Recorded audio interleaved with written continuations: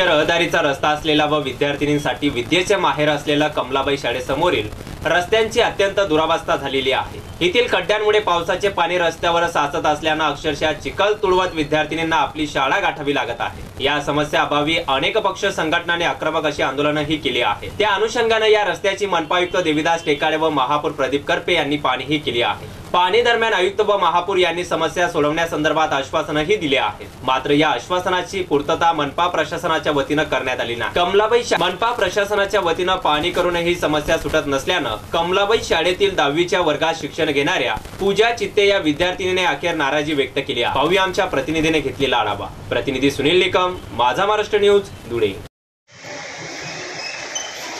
नमस्कार, मी पूजा वसंत चित्ते, इयत्ता 10वीला मी कला शाळेमध्ये शिकते।